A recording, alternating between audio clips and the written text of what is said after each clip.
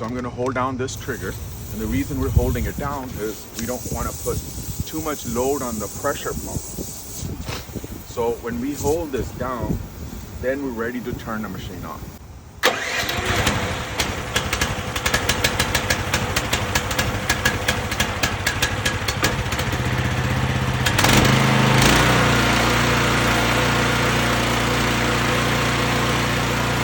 Pressure you can see right here on the gauge.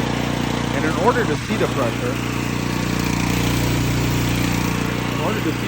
on the gauge, and in order to adjust the pressure, you're going to adjust it right here.